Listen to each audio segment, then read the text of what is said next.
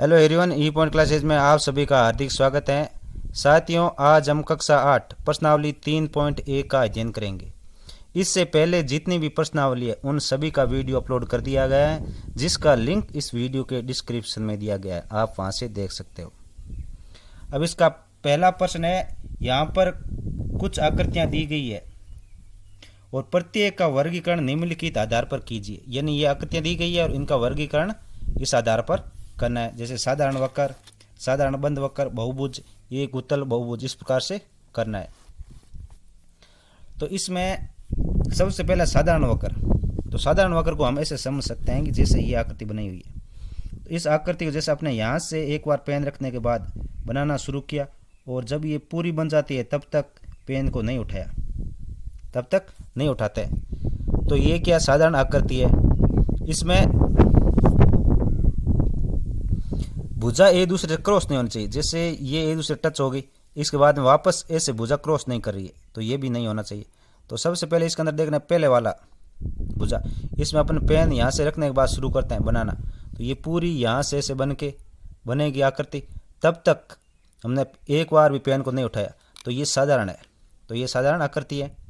इसके बाद में दूसरे वाला, इसमें भी एक बार पेन रखने के बाद पूरी आकृति बनेगी, तब तक उठाने की जरूरत नहीं पड़ेगी। तो ये भी साधारण आकृति है, यानी साधारण वक्र है। और इसके अंदर जैसे अपने अंदर वाला ये वर्त बनाएंगे, उसके बाद बाहर वाला बनाने के लिए हमें पेन उठाना पड़ेगा, तो ये साधारण वक्र नहीं है।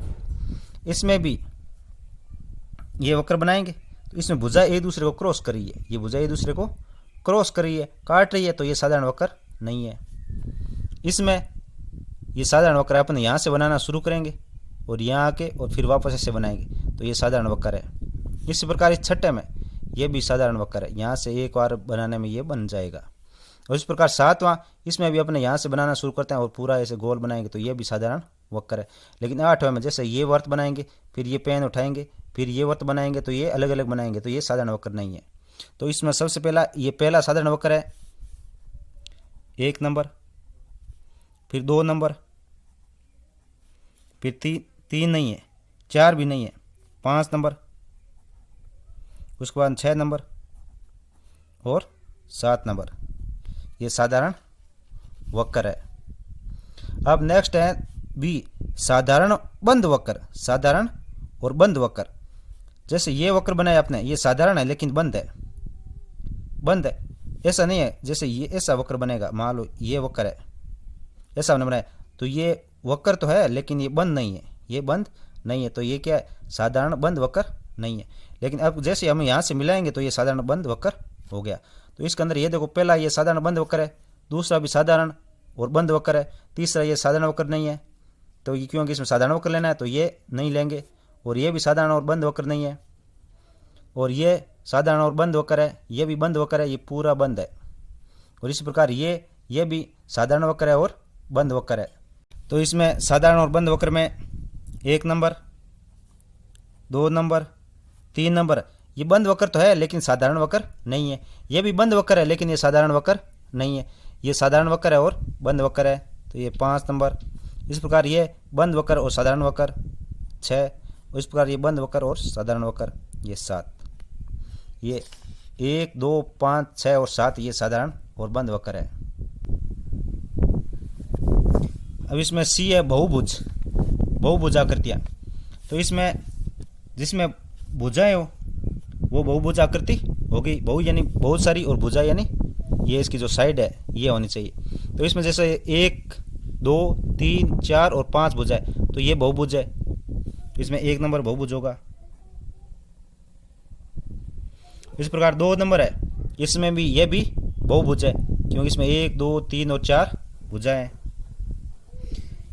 ये 3 नंबर है, इसमें कोई भुजा नहीं है, तो ये बहुभुज नहीं है। 4 नंबर, इसमें भुजाएं हैं, ये भुजा, ये भुजा, तो ये भुजा है इसमें सारी, तो ये बहुभुज है 4 नंबर। 5 नंबर है, इसमें कोई भुजा नहीं है। 6 नंबर में कोई भुजा नहीं है। 7 नंबर में कोई भुजा नहीं है, क्योंकि इसके अंदर ये 2 यहाँ भुजाएं हैं लेकिन ये पूरा भुजा के रूप में नहीं है, तो ये बहुभुज नहीं है। और इसमें ये भुजा नहीं है, तो इस प्रकार ये बहुभुज 2 नंबर और 4 नंबर बहुभुज है, तो ये 3 इसमें बहुभुज है। नेक्स्ट है एक उत्तल बहुभुज। उत्तल बहुभुज उत्तल बहुभुज ऐसा बनेगा जिसकी भुजाएं अंदर की तरफ नहीं मुड़ी हो। जैसे ये बाहर की तरफ बनी है, सारी भुजाएं क्या है, बाहर की तरफ है। ये देखो इसके चारों कोना बाहर की तरफ है, इस प्रकार आकृति होती है, वो होता है उत्तल बहुभुज। और इसके अलावा उत्तल बहुभुज का जो प्रत्येक कोण है, उत्तल बहुभुज होता है उसका प्रत्येक कोण 180 डिग्री से कम होता है, 180 डिग्री से कम होना चाहिए, प्रत्येक कोण 180 डिग्री से कम होना चाहिए। तो इसमें देखेंगे कि उत्तल बहुभुज कौन सा है। और इसमें देखें पहले तो इसमें ये कोण 180 से छोटा है, ये कोण 180 से छोटा है, ये कोण 180 से छोटा है और ये कोण 180 से छोटा है। लेकिन ये जो कोण बन रहा है अंदर की तरफ से, ये कोण ये 180 से बड़ा है, क्योंकि 180 का जो कोण बनेगा, जो 180 डिग्री का कोण बनता है वो ऐसा बनता है एक लाइन के रूप में। तो ये कोण होता है, जैसे ये कोण ये 180 डिग्री का कोण है, इससे जैसे ही ऊपर की तरफ बढ़ेगा मान लो ऐसे कोण बनेगा, ऐसे कोण, तो ये 180 से ज़्यादा हो गया, ये 180 से ज़्यादा होगा, और 180 से कम ऐसा बनेगा। तो इसमें ये जो अंदर का कोण है ये 180 से ज़्यादा है, तो ये उत्तल बहुभुज नहीं है। और इसमें प्रत्येक कोण 180 से छोटा है, तो ये उत्तल बहुभुज है, ये उत्तल बहुभुज है। तो इसमें 2 नंबर है, ये उत्तल बहुभुज है, और ये बहुभुज नहीं है। और इसमें ये प्रत्येक कोण है इसका, जो इसमें प्रत्येक कोण है ये प्रत्येक कोण 180 से छोटे नहीं है, क्योंकि जैसे ये कोण बन रहा है, जैसे ये भुजा और इस भुजा के बीच में कोण बन रहा है, इस भुजा और इस भुजा के बीच में कोण, तो ये कोण बन रहा है, जो ये कोण ये 180 से ज़्यादा का है।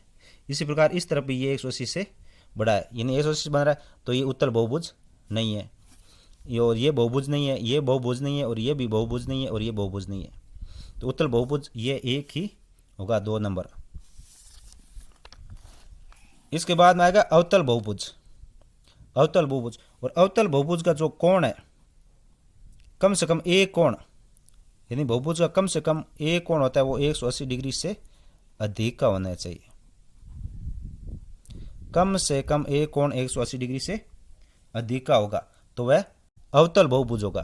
तो इसमें देखेंगे तो ये पहला है, इसमें अपने ये समझा था कि ये 180 डिग्री से अधिक का कोण है, तो ये अवतल बहुभुज है। तो इसमें 1 नंबर ये अवतल बहुभुज है। इस प्रकार इसका जो 4 नंबर है इसमें भी ये एक कोण 180 डिग्री से अधिक है, और इस तरफ ये 180 डिग्री से अधिक है, तो यानी ये भी क्या है, अवतल बहुभुज है। तो ये 4 नंबर भी अवतल बहुभुज होगा। तो इस प्रकार पहला प्रश्न कंप्लीट हुआ। अब इसका दूसरा क्वेश्चन है, निम्नलिखित प्रत्येक में कितने विकर्ण है, यानी इन प्रत्येक में कितने विकर्ण है ये बताना है हमें।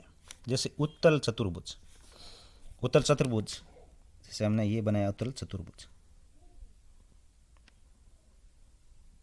ये उत्तल चतुर्भुज है। अब उत्तल चतुर्भुज में विकर्ण क्या होता है? विकर्ण, विकर्ण होता है जैसे इसके ये एक कोना है, ये कोना है, ये कोना है या कोना है। अब एक ऐसी लाइन जो इन लगातार कोनों को न मिलाकर एक कोना छोड़कर दूसरे को मिलाए, यानी जो लगातार कोने हैं जो एक लाइन से मिल रहे हैं इनके अलावा यानी इसको छोड़कर दूसरे किसी कोण से मिलाने वाला जो रेखाखंड होता है वो विकर्ण होता है। जैसे इसमें ये कोना इसके साथ में, ये भी कोना इसके साथ में और ये भी कोना इसके साथ में, लेकिन ये कोना क्या है, इसके बाद में एक छोड़ के ये कोना हो रहा है, इसको मिलाएंगे जैसे, तो ये जो यहाँ से यहाँ मिलाने वाला ये एक विकर्ण हो गया, ये एक विकर्ण है। इसी प्रकार इस कोने से, ऊपर वाले कोने से जैसे इसको छोड़ देते हैं और इसके साथ में ये इसको छोड़ दे, तो इसको इसके सामने वाले कोने से मिला देंगे, इस कोने से मिलाएंगे तो ये एक विकर्ण हो गया। तो इस प्रकार आमने सामने दो कोणों को मिलाने वाले केवल 2 ही रेखाखंड है, तो ये इसमें 2 विकर्ण होंगे। यानी उत्तल चतुर्भुज होता है उसमें 2 विकर्ण होते हैं, 2 विकर्ण,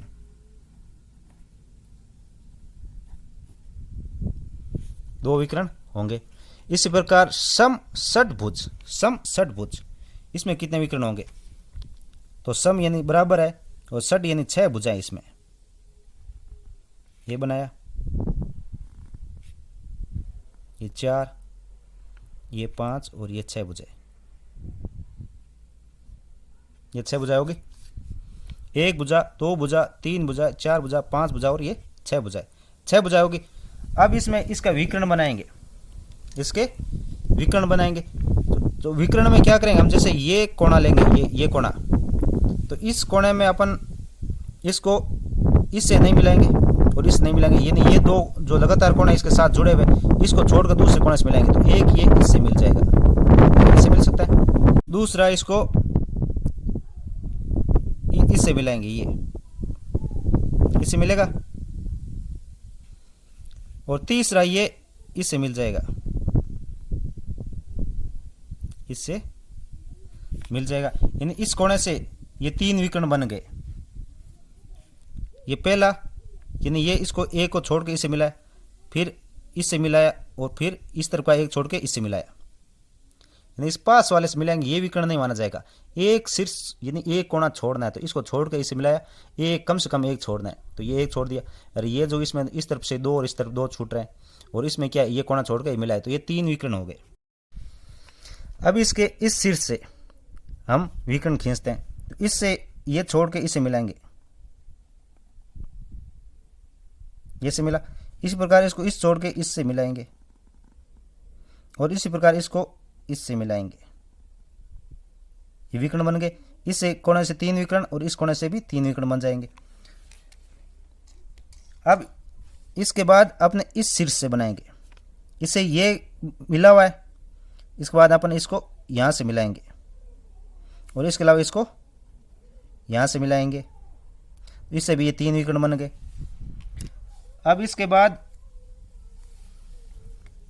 इस शीर्ष से देखते हैं, तो इससे ये मिला हुआ है, इससे मिला हुआ है और ये इससे भी मिला हुआ है, लेकिन ये इससे नहीं मिला हुआ है, तो इससे मिलाएंगे, इससे मिलाएंगे, तो ये 3 बन गए इससे। और इससे ये इससे मिला हुआ है, इससे भी मिला हुआ है और ये इससे भी मिला हुआ है, और इस शीर्ष से ये इससे मिला हुआ है, ये भी मिला हुआ है और ये भी मिला हुआ है, यानी अब सब कोने एक को छोड़कर एक से मिला दिया गया है। अब हम इनको विकर्ण को गिन लेंगे, 1 2 और ये 3 हो गए, ये 3 हो गए। इसके बाद में ये 4, ये 5 और ये 6 हो गए।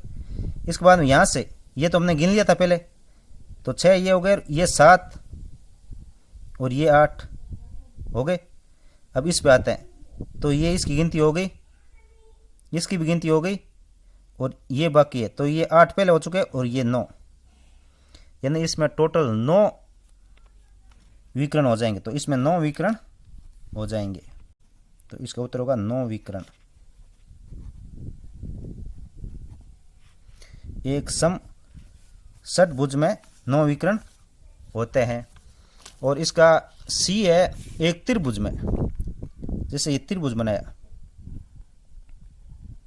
तो त्रिभुज में विकर्ण खींचने के लिए विकर्ण क्या होगा, एक शीर्ष को छोड़कर दूसरे शीर्ष से मिलाते हैं। तो इसके अंदर ये देखो, इसके ये मिला हुआ है और ये भी मिला हुआ है, इसके अलावा कुछ है नहीं। इस तरफ भी ये इससे ये मिला हुआ है और ये मिला हुआ है, इसके अलावा दूसरा कोई शीर्ष नहीं है।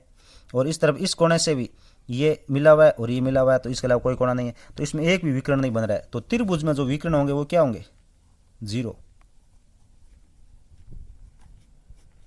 0 विकर्ण होंगे। अब इसका क्वेश्चन नंबर 3, उत्तल चतुर्भुज के कोणों के मापों का योगफल क्या है। उत्तल चतुर्भुज के कोणों के मापों का योग क्या है। यदि चतुर्भुज उत्तल न हो तो क्या यह गुण लागू होगा। एक चतुर्भुज बनाइए जो उत्तल न हो और प्रयास कीजिए। यानी इसमें कह रहा है कि एक उत्तल चतुर्भुज बनाना है, उसके कोणों का माप ज्ञात करना है, यानी उसके कोणों का माप कितना होगा। उसके बाद कह रहा है कि उत्तल के अलावा दूसरा कोई चतुर्भुज हो, क्या उसके कोण भी उत्तल कोण के समान नहीं होंगे, ये हमें पता करना है। तो इसमें सबसे पहले हम उत्तल चतुर्भुज बनाते हैं।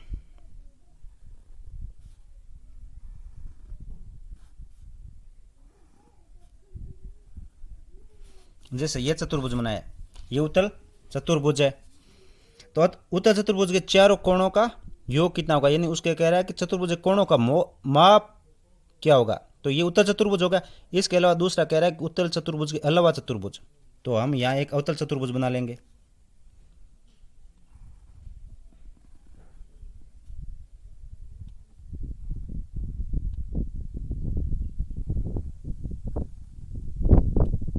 तो ये क्या है, ये अवतल चतुर्भुज बन गया। अब इसमें सबसे पहले उत्तल चतुर्भुज को देखेंगे। तो इसमें एक विकर्ण खींच देंगे हम, ये विकर्ण खींचा तो ये दो त्रिभुजों में बंट गया, ये त्रिभुज ये और ये त्रिभुज।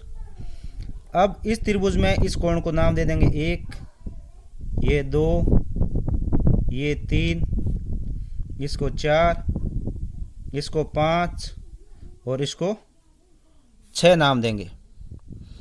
अब जो ये उत्तल चतुर्भुज है, इसके अलावा इसको नाम A, B, C और D दे दे, प्रत्येक शीर्ष को नाम ये देंगे। ये कोणों का नाम है, ये कोण, ये ऐसे बना कोण, ये कोण, ये कोण नंबर 2 और इधर से ये बना कोण नंबर 3 और ऐसे बना ये कोण नंबर 4 और ये ऐसे बना कोण नंबर 5 और ये ऐसे बना कोण नंबर 6। तो उत्तल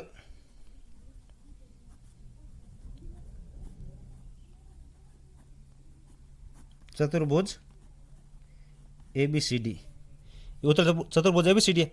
तो इसमें कोण A प्लस कोण B प्लस कोण C प्लस कोण D, यानी इसके जो 4 कोण है तो चारों कोणों का योग ये होगा।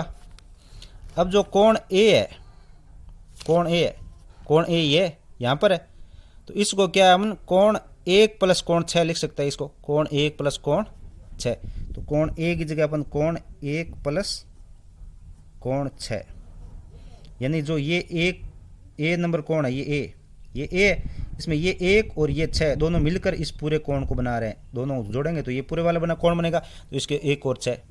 B कोण में ये कोण नंबर 2, B का ये 2 है। और इसके बाद में ये जो कोण है C कोण, C कोण में क्या है, कोण नंबर 3 और कोण नंबर 4, कोण नंबर 3 प्लस कोण नंबर 4। इस प्रकार D कोण है, D कोण में कोण नंबर 5, कोण नंबर 5 होगा। अब इसमें हम इनको एक साथ लिख लेते हैं, जैसे कोण नंबर 1 प्लस कोण नंबर 2 प्लस कोण नंबर 3, यानी इनको हमने एक जगह ग्रुप बना दिया। जैसे ये कोण नंबर 1, कोण नंबर 2 और कोण नंबर 3, यानी इस त्रिभुज के तीनों कोणों को एक साथ लिख दिया। इस प्रकार इस त्रिभुज के कोणों को हम एक साथ लिख देंगे, कोण नंबर 4, कोण नंबर 5 और कोण नंबर 6, यानी इसमें से एडजस्ट कर दिया हमने। कोण नंबर 1 प्लस कोण नंबर 2 प्लस कोण नंबर 3 और फिर कोण नंबर 4 प्लस कोण नंबर 5 प्लस कोण नंबर 6। अब जो ये 3 कोण है, ये कोण नंबर 1, कोण नंबर 2, कोण नंबर 3, ये त्रिभुज के कोण है और त्रिभुज के तीनों कोणों का योग होता है 180 डिग्री। तो ये 180 डिग्री। इसी प्रकार ये जो 3, 4, 5 और 6 कोण है, ये इसके 4, 5 और 6 इस त्रिभुज के, और त्रिभुज के तीनों कोणों का योग इसका भी 180 डिग्री होगा। तो अब 180 और 180 डिग्री कितने हो जाएंगे टोटल, 360 डिग्री, यानी उत्तल चतुर्भुज के कोणों का योग कितना आ जाएगा, 360 डिग्री।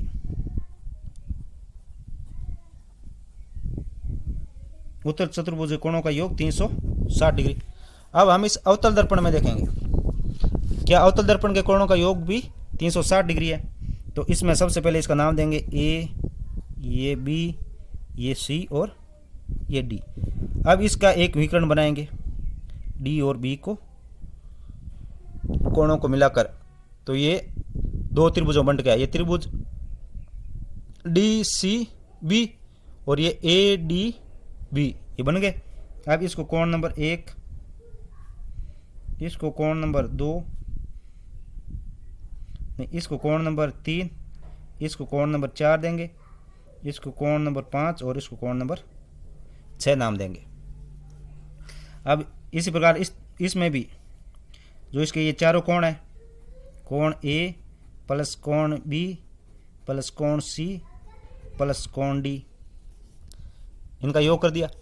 अब इसमें कोण A बराबर क्या है, कोण A बराबर 5 है, ये 5 नंबर, और कोण B बराबर ये 6 और ये 3 दोनों मिला के, तो कोण नंबर 3 प्लस कोण नंबर 6, और C में कोण नंबर 1, और D में जो D है इसमें कोण नंबर 2 और 4 है, कोण नंबर 2 प्लस कोण नंबर 4। अब इसको हम एक साथ एडजस्ट करें, कोण नंबर 1, 2 और 3, कोण नंबर 1, कोण नंबर 2, कोण नंबर 3, प्लस कोण नंबर 4 कोण नंबर 5 प्लस कोण नंबर 6। अब 1, 2 और 3 इनका योग होता है 180 डिग्री। इस प्रकार कोण नंबर 4, 5 और 6 इसका भी योग होता है 180 डिग्री। 180 और 180 डिग्री मिलाएंगे तो टोटल हो गया 360 डिग्री। 360 डिग्री। तो इस प्रकार हम कह सकते हैं कि उत्तल चतुर्भुज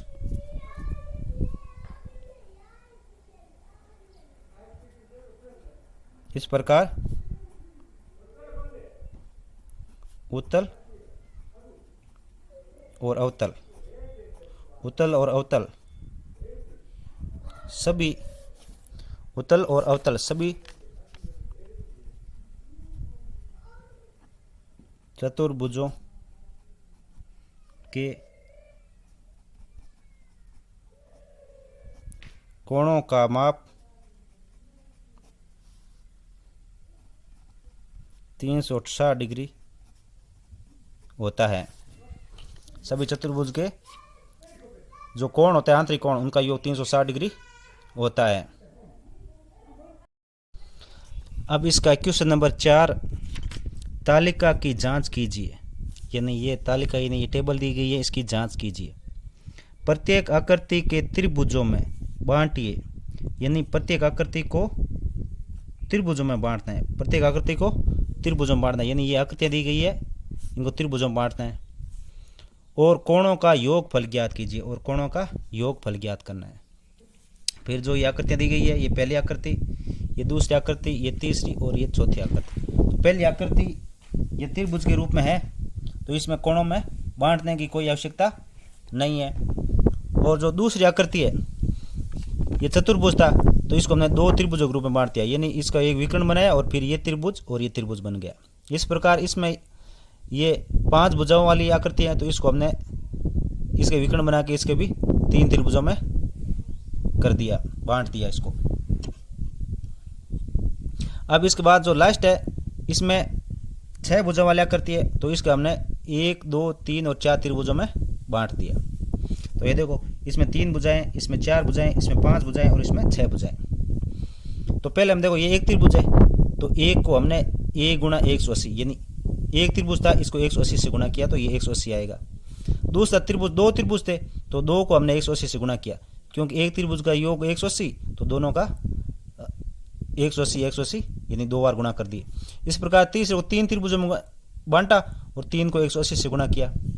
इस प्रकार इसको 1, 2, 3 और 4 त्रिभुजों में बांट दिया और इसको 4 से गुणा कर दिया 180 को। यानी क्योंकि 180 इसके, 180 इसके, 180 इसके और 180 इसके, यानी 4 त्रिभुजों का जितने कोण है उनका योग हो जाएगा 4 गुणा 180।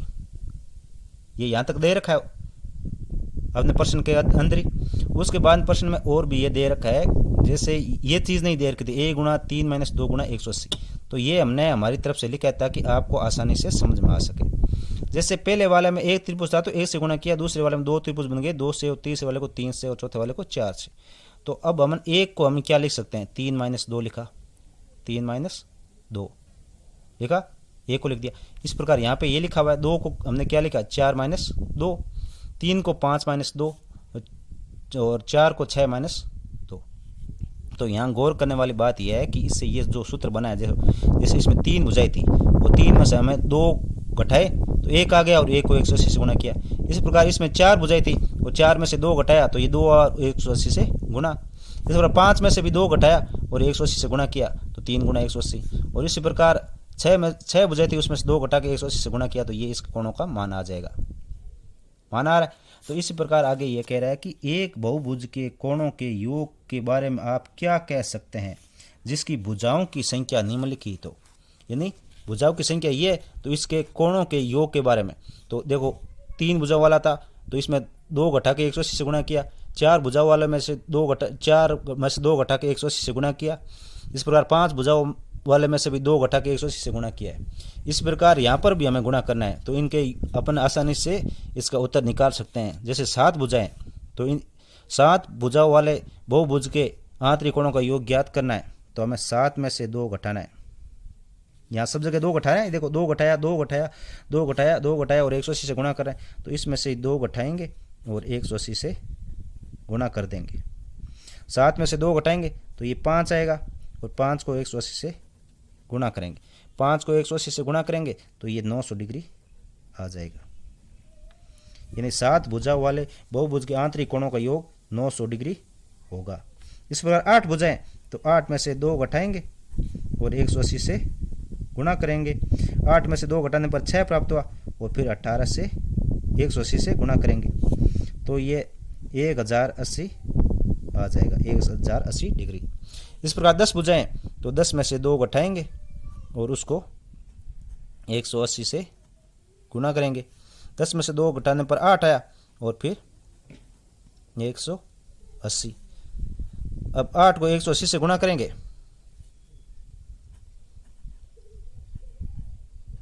ये 1440 डिग्री आ जाएगा। इसी प्रकार अगर n भुजाएं, तो n में से जितनी भुजाएं उसमें से 2 घटाते हैं, तो n में से 2 घटाएंगे और उसको 180 से गुणा कर देंगे तो n-2 इंटू 180, तो ये सूत्र प्राप्त हो गया। ये सूत्र है n-2 इंटू 180, यानी जितनी भुजाएं वो n की जगह रखेंगे, उसमें से 2 घटाएंगे और 180 से गुणा करेंगे तो ये n का ये आ गया n-2 इंटू 180। तो अब कोई संख्या तो है नहीं, तो इसका ये यही रहेगा n-2 इंटू 180। अब क्वेश्चन नंबर 5 है, समबहुभुज क्या है।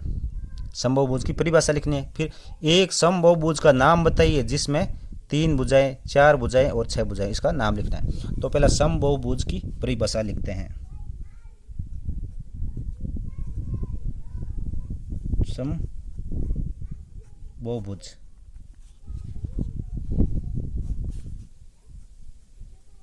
ऐसा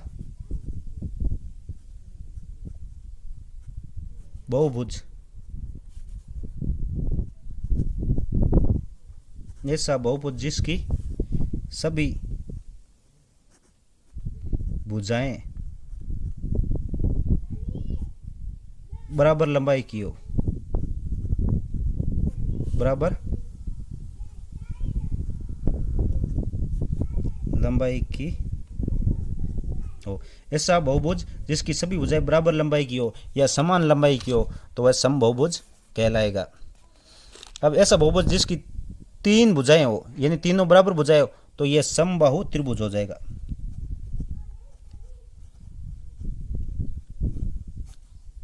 समबाहु त्रिभुज। ऐसा बहुभुज जिसकी 4 भुजाएं हो तो यह समचतुर्भुज हो जाएगा।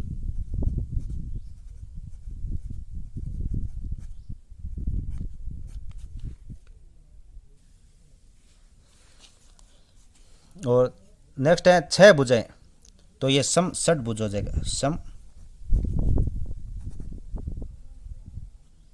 षटभुज, सम षटभुज हो जाएगा। अब क्वेश्चन नंबर 6, निम्नलिखित आकृतियों में x कोण की माप ज्ञात कीजिए, यानी x का मान ज्ञात करना है। तो इस पहले में 50 डिग्री, 130 डिग्री, 120 डिग्री और x दे रखा है। तो इसमें हम लिखेंगे 50 degree, 130 degree, 120 degree plus x बराबर, अब इसमें भुजाएं कितनी है, 1 2 3 और 4 भुजाएं। तो 4 भुजाएं के लिए अपने तो 4 माइनस 2 गुणा 180 डिग्री करेंगे, गुणा 180 डिग्री। अब इनका योग करेंगे, इनका योग ये हो जाएगा 300, ये प्लस x बराबर 4 में से 2 घटाएंगे तो ये 2 आएगा, 2 गुणा 180 डिग्री। तो ये 300 प्लस x और इसको गुणा करेंगे तो ये हो जाएगा 360। अब ये इस तरफ लेके जाएंगे तो x का मान आ जाएगा 360 और इस तरफ ये प्लस का 300 है, तो जब बराबर के इस तरफ आएगा तो ये माइनस का 300 हो जाएगा, माइनस का 300। तो x बराबर 360 में से 300 घटाएंगे तो ये 60 डिग्री प्राप्त होगा। x का मान 60 डिग्री आ जाएगा। एक बार और समझते हैं कि इसके चारों कोण हैं, तो ये चारों कोणों का योग ले दिया। अब जो 4 भुजाएं वाला चतुर्भुज होता है उसके कोणों का योग कितना होता है, तो ये हमारे पास सूत्र है n-2 इंटू 180। तो n यानी इसकी 4 भुजाएं, तो यहाँ n की जगह हमने 4 का 4 माइनस 2 गुणा 180, तो ये 4 में से 2 घटेगा 2 2 गुणा 180 यानी 360, और इनका योग 300 और ये x का x। जब ये 300 इस तरफ प्लस का है तो इस तरफ एक माइनस का हो जाएगा, यानी 360 माइनस 300, 360 माइनस 300 घटाएंगे तो ये 60 डिग्री आ जाएगा। इस प्रकार इस चतुर्भुज में ये देखो, यहाँ पे देखने वाली बात यहाँ पे है कि जैसे ये बना रखा है ऐसा साइन, तो ये 90 डिग्री का होता है, तो ये 90 डिग्री का, तो ये भी कितने डिग्री हो जाएगा, ये भी 90 डिग्री का, ये भी 90 डिग्री का होगा।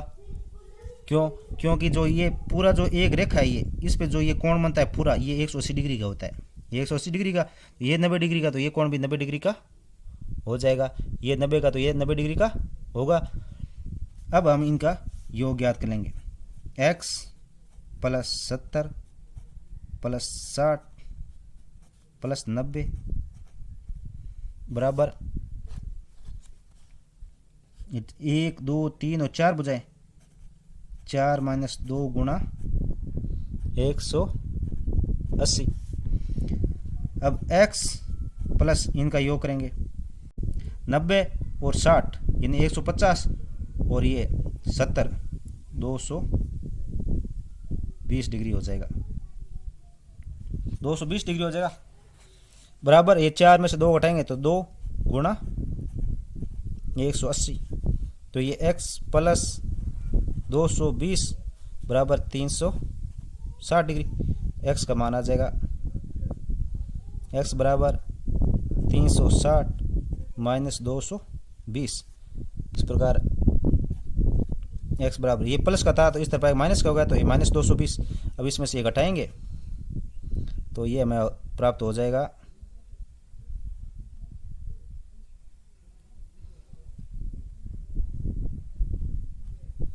140 डिग्री का।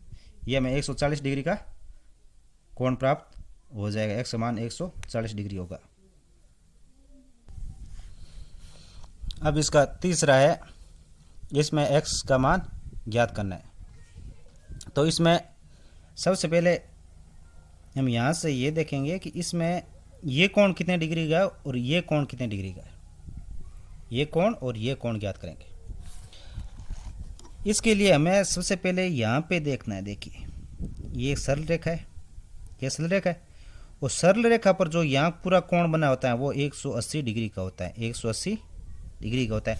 इसी प्रकार इस तरफ भी ये जो सरल रेखा इस पे जो ये पूरा कोण बनेगा ये 180 डिग्री का बनेगा।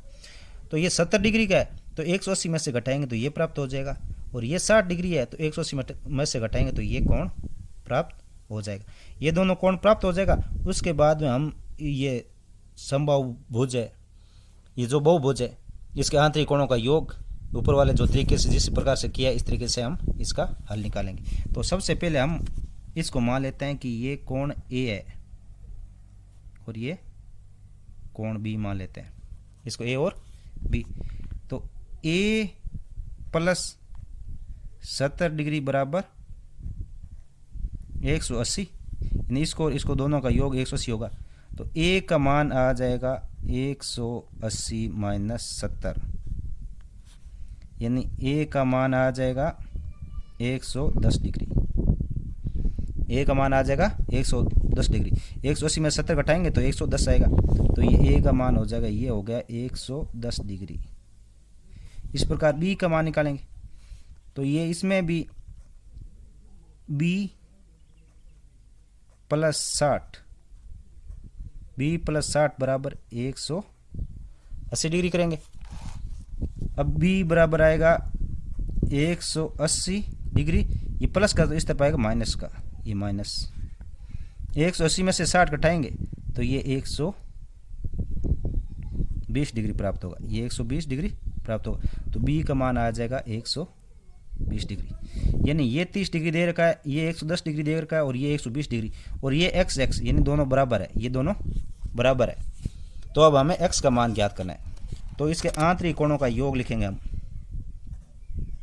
30 degree plus x plus x plus 110 plus 120 बराबर, ये भुजाएं कितनी है, 1 2 3 4 और ये 5 भुजाएं, 5 भुजाएं, इसके बराबर होगा 5 माइनस 2 गुणा 180 डिग्री होगा।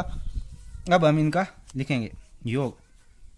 तो 110 और ये 120 230 हो गए, 230 और ये 30 यानी 260 प्लस x और x ये 2x बराबर ये 5 में से 2 घटाएंगे तो ये 3 प्राप्त होगा गुणा 180।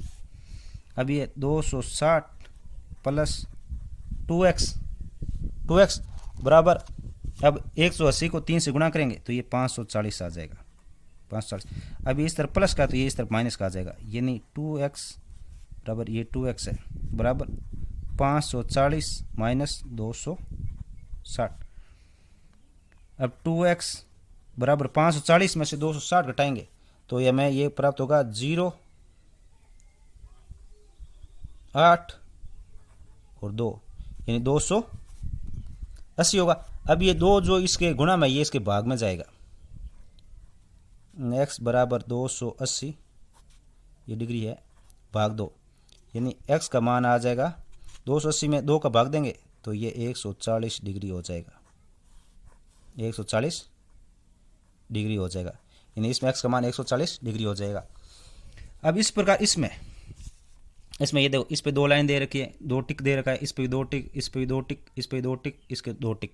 इसका अर्थ है कि ये सभी भुजाएं बराबर है, ये समबाहु है। तो इसमें भुजाएं कितनी है, पहले तो हम लिखेंगे x 1 2 3 4 5 बार x है, x plus x plus x plus x plus x लिखेंगे, 5x है, 1 2 3 4 और 5x बराबर इसमें भुजाएं 5 तो हम लिखेंगे 5 माइनस 2 गुणा 180 तो ये टोटल 5x हो गए। तो 5x 5 में से 2 घटाएंगे तो ये 3 गुणा 180। 5x बराबर इसको 180 को 3 से गुणा करेंगे तो ये 540 आ जाएगा। 540 में ये क्या है, 5 जो गुणा में इसके x के ये इसके भाग में जाएगा तो x बराबर 540 भाग 5। तो 540 में हम 5 का भाग देंगे तो हमें x बराबर प्राप्त होगा 108 डिग्री, x का मान आ जाएगा 108 डिग्री। अभी इसका नेक्स्ट क्वेश्चन नंबर 7 है। ये बहुभुज दे रखा है और इसमें x plus Y plus Z का मान ज्ञात करना है, x plus Y plus Z का मान ज्ञात करना है। तो पिछले क्वेश्चन की तरह इसमें भी जैसे ये रैखिक बहुपद है। अब इसमें ये जो कोण है और ये कोण है, इन दोनों का योग होता है 180 डिग्री, क्योंकि ये रैखिक युग्म में ये एक रेखा है और इस पे जो ये कोण बना होता है ये 180 डिग्री का होता है, यानी इसका मान और इसका मान 180 डिग्री होता है। इसी प्रकार इसमें भी ये एक रेखा है और इस पे जो ये कोण बना है इनका योग भी 180, और इसी प्रकार ये एक रेखा है और इस पे भी जो ये कोण और ये कोण इनका मान होता है 180 डिग्री। तो इसमें तो ये कोण दे रखे हैं और इसमें ये कोण दे नहीं रखा है, तो हमें ये कोण ज्ञात करना है, ये कोण ज्ञात करना है। तो इसको हम ए मान लेते हैं, इसको ए मान लेते हैं। तो अब त्रिभुज के तीनों कोण होता है उनका योग होता है 180 डिग्री, यानी 90 प्लस 30 प्लस ये ए बराबर 180 डिग्री। 90 और ये 30 जोड़ेंगे तो ये आएगा 120 डिग्री प्लस ए बराबर 180 डिग्री। अभी 120 इस तरफ जाएगा तो ए बराबर 180 माइनस 120, तो 180 में से 120 घटाएंगे तो ये हमें प्राप्त होगा 60 डिग्री। तो ए का मान हो जाएगा 60 डिग्री, ए का 60 डिग्री। अब हम यहाँ से शुरू करेंगे एक्स वाई और जेड का मान ज्ञात करना है। तो एक्स सबसे पहले लिखेंगे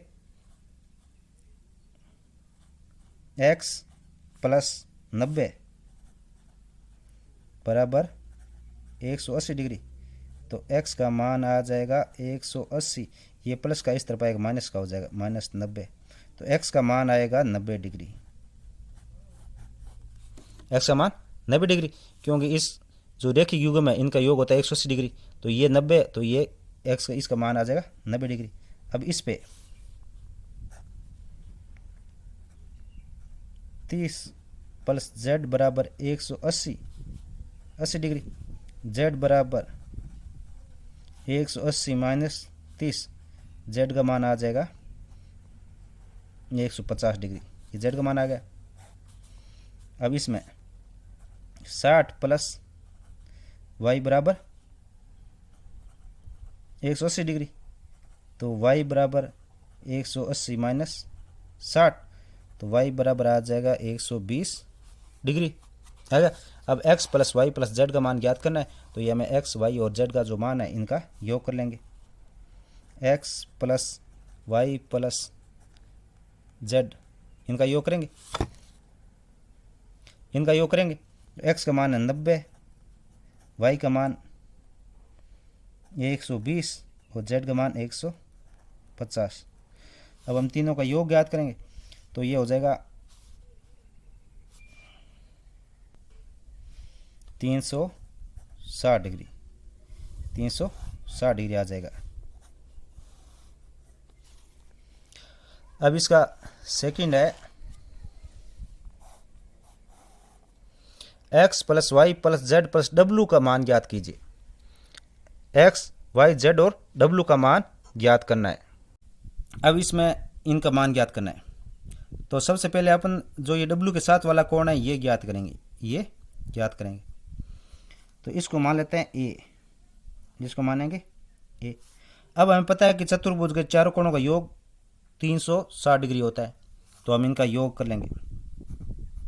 60 प्लस 80 प्लस 120 प्लस a बराबर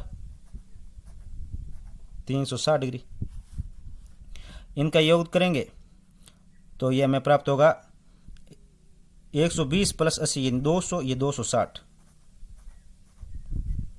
प्लस a बराबर 360 डिग्री। तो a का मान हमें प्राप्त हो गया 360 माइनस ये प्लस का इस तरफ है तो इस तरफ आएगा माइनस का 260, तो a बराबर ये 100 प्राप्त हो जाएगा, 100 डिग्री। a का मान प्राप्त होगा 100 डिग्री। a का मान हमें प्राप्त हो गया 100 डिग्री। अब हम इसमें से x, y और z का मान ज्ञात करेंगे। तो x प्लस 120, सबसे पहले x प्लस 120 बराबर 180 डिग्री होगा, 180 डिग्री होगा। क्यों? क्योंकि ये रेखिक युग्म है और इन रेखिक युग्म के कोणों का योग होता है 180 डिग्री, यदि इस कोण और इस कोण का मान 180 डिग्री। इस प्रकार इसका और इसका 180 और इसका 180 डिग्री और इसका 180 डिग्री। तो ये a हमने ज्ञात कर लिया, तो ये कितना है 100 डिग्री है, ये 100 डिग्री हम यहाँ लिख देते हैं। अब x का मान आएगा, x बराबर ये 180 है, इसमें से इस तरफ आएगा तो ये माइनस का 120 हो जाएगा। अब 180 में से 120 घटाएंगे तो ये हमें प्राप्त हो जाएगा 60 डिग्री, x का मान 60 डिग्री हो जाएगा। इस प्रकार y का मान y प्लस 180, y प्लस 80 बराबर 180 डिग्री, तो y बराबर 180 माइनस 80, ये प्लस का इस आप माइनस, तो 180 में से 80 घटाने पर ये y का मान प्राप्त हो जाएगा 100 डिग्री, 100 डिग्री। इस प्रकार z प्लस 60,